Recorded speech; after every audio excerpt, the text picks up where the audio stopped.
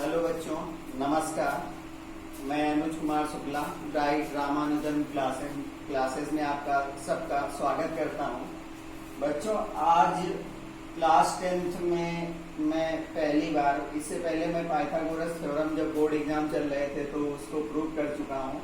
आज से मैं रेगुलर टॉपिक देने वाला हूं क्लास 10th के लिए, और उसमें पहला चैप्टर हम ट्रिग्नोमेट्रिक रेशियोज स्टार्ट कर रहे हैं। इम्पॉर्टेंट चैप्टर है क्योंकि 11th और 12th में इसका यूज होता है। आगे हायर क्लासेस में जहां तक जाएंगे तो ट्रिग्नोमेट्रिक रेशियोज, ट्रिग्नोमेट्रिक फंक्शन बन जाते हैं। तो बच्चों स्टार्ट करते हैं, आप मेरे साथ बने रहिए लास्ट तक। हम आपको ट्रिग्नोमेट्रिक रेशियोज सिखाएंगे और कैसे उनको कैलकुलेट करते हैं वो हम आपको सिखाएंगे। तो सबसे पहले हम एक ट्राइंगल लेते हैं और ट्राइंगल राइट एंगल ट्राइंगल लेते हैं। तो सबसे पहले हम आपको राइट एंगल एक्सप्लेन कर दें। राइट एंगल क्या होता है कि angle whose measure is 90 degree, angle whose measure is 90 degree is called right angle, और acute angle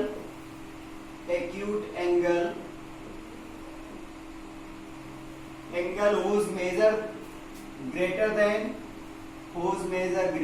or equal greater than 0 degree and less than 90 degree।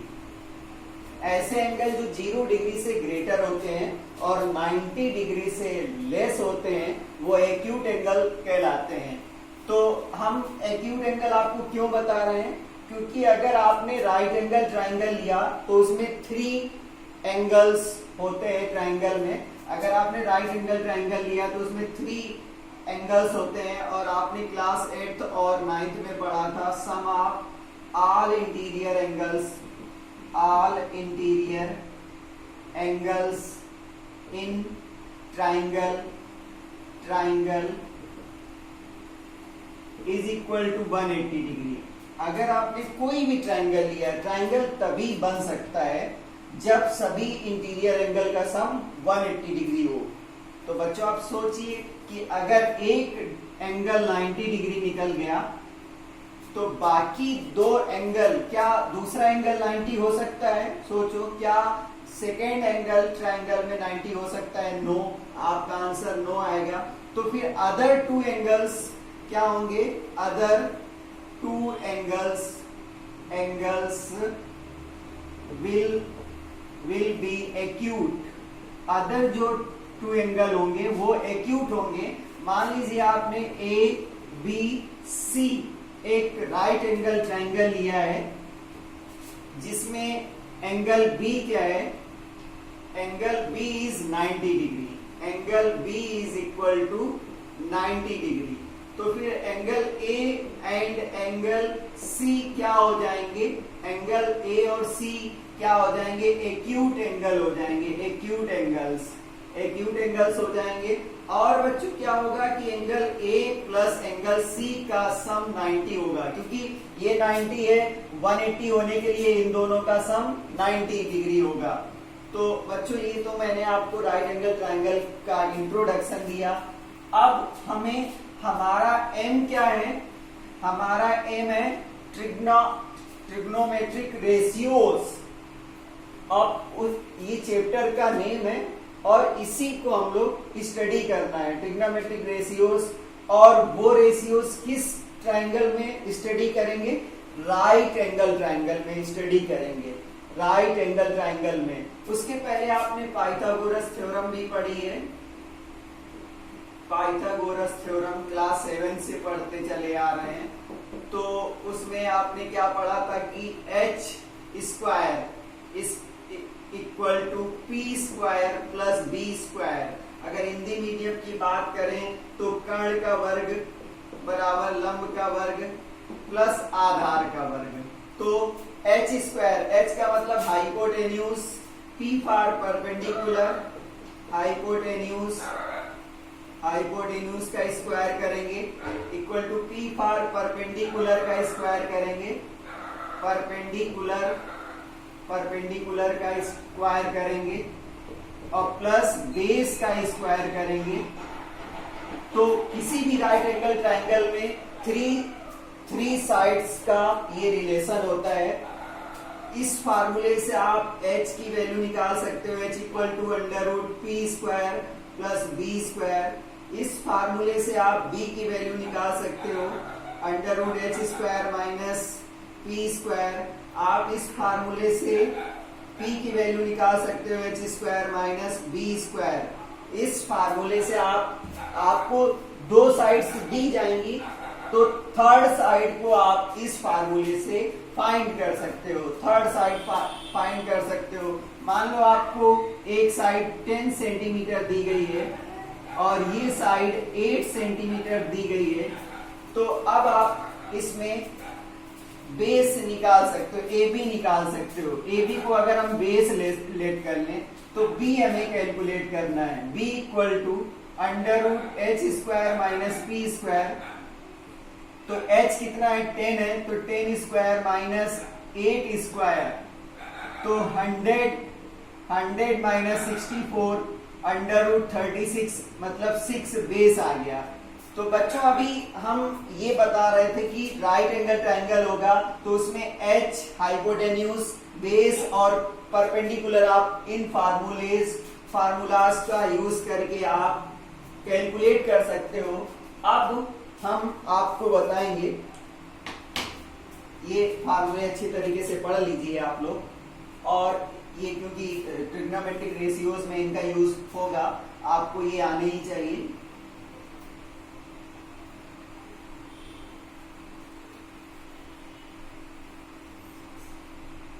अच्छा बच्चों, अब बात आती है कि हम लोग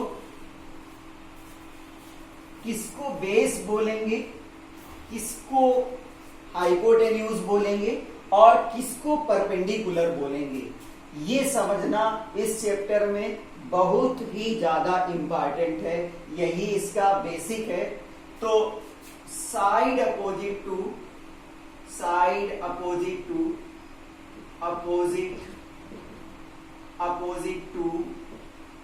90 डिग्री।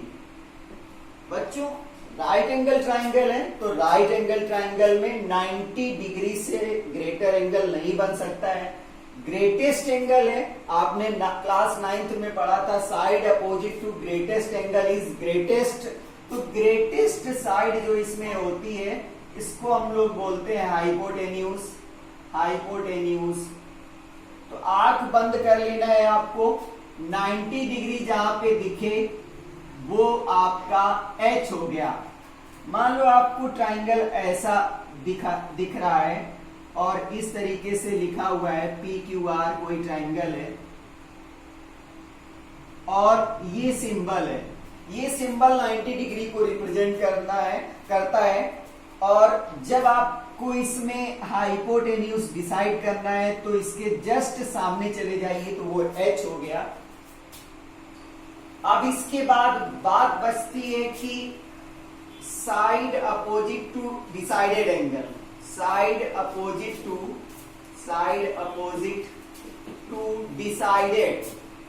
Decided angle.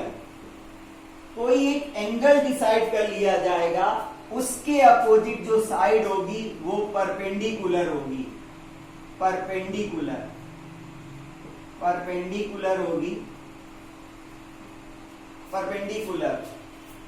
और लेफ्ट जो साइड बची, अनदर साइड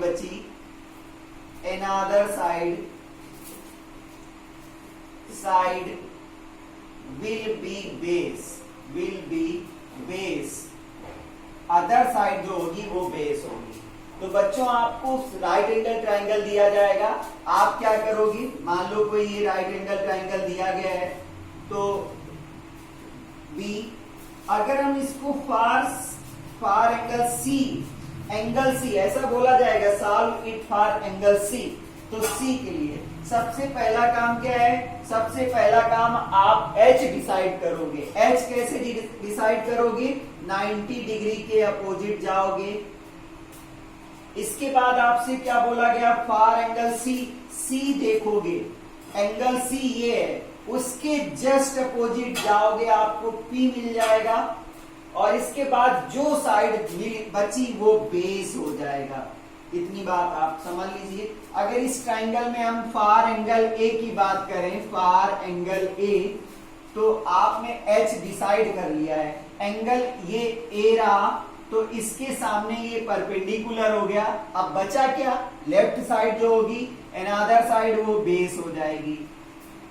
अगर हम इसमें एंगल आर के लिए बात करें, फार एंगल आर की बात करें, तो आपने H डिसाइड कर लिया। अब आपको परपेंडिकुलर डिसाइड करना है, तो एंगल आर के सामने खड़े हो जाइए और खड़े होके देखिए कि आपको साइड कौन सी मिल रही है, तो आप समझ जाएंगे कि PQ मिल रही है, तो वो इसका परपेंडिकुलर हो गया।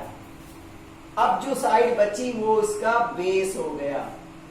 तो परपेंडिकुलर क्या है, PQ है, बेस क्या है, QR है, हाइपोटेन्यूज क्या है, PR है। तो इस तरीके से आप इसमें एंगल के अकॉर्डिंग परपेंडिकुलर और बेस चेंज होते रहते हैं। एंगल चेंज तो परपेंडिकुलर चेंज। आपको क्या याद रखना है, साइड अपोजिट टू 90 डिग्री। आंख बंद कर लेना है, 90 डिग्री जहां मिलेगा हम उसके सामने चले जाएंगे, हाइपोटेन्यूज मिल जाएगा। कोई एंगल बोला जाएगा कि फार दिस एंगल, उसके जस्ट सामने खड़े होइए, आंख करिए, जो साइड मिलेगी वो परपेंडिकुलर होगी। अब जो तीसरी साइड बचती है वो क्या हो जाएगी, उसका बेस कहलाएगा।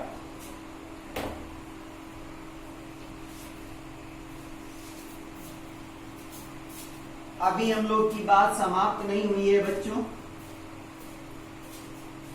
अभी बात हम लोग यहां पहुंचे ट्रिग्नोमेट्रिक रेशियोज। अब रेशियोज किसका क्वेश्चन आता है, ट्रिग्नोमेट्रिक रेशियोज।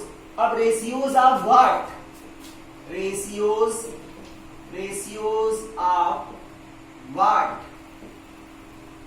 व्हाट। अब बच्चों राइट एंगल ट्राइंगल है, तो अगर हमने एंगल को तो डिसाइड कर लिया, क्योंकि एंगल क्या डिसाइड कर रहा है, एंगल हाइपोटेन्यूज को डिसाइड कर रहा है, एंगल परपेंडिकुलर को डिसाइड कर रहा है, एंगल बेस को डिसाइड कर रहा है। तो अब बचा क्या, रेशियो किसका निकालेंगे, रेशियो ऑफ व्हाट, किसको ट्रिग्नोमेट्रिक रेशियोज बोलेंगे। तो रेशियोज ऑफ व्हाट मतलब रेशियोज ऑफ साइड्स का रेशियो चाहिए हमें। किसका रेशियो चाहिए, साइड का रेशियो चाहिए। तो the ratio of sides, the ratio of sides in right angle triangle is called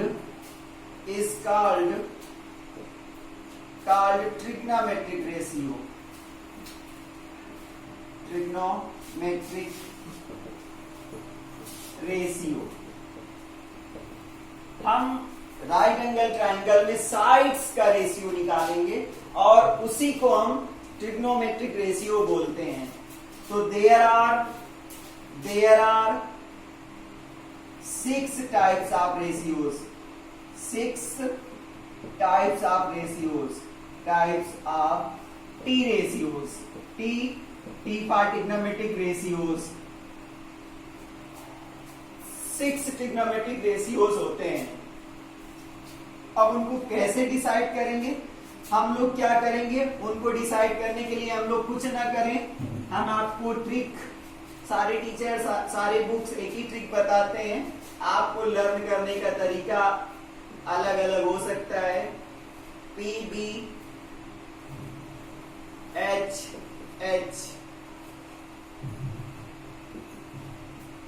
आप इसको ऐसे बोल सकते हो, पंडित बद्री प्रसाद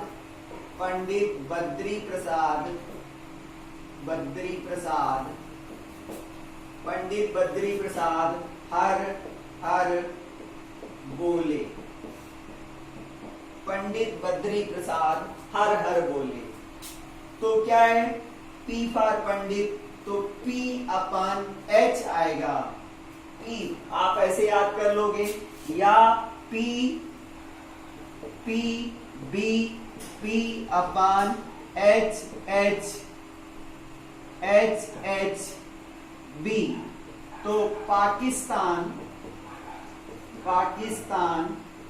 भूखा प्यासा, पाकिस्तान भूखा प्यासा गरीब देश है भाई, तो पाकिस्तान भूखा प्यासा तो रहेगा क्योंकि काम करना नहीं चाहता, निकम्मा है, आतंकवाद फैलाना चाहता है, फालतू में गोला बारूद।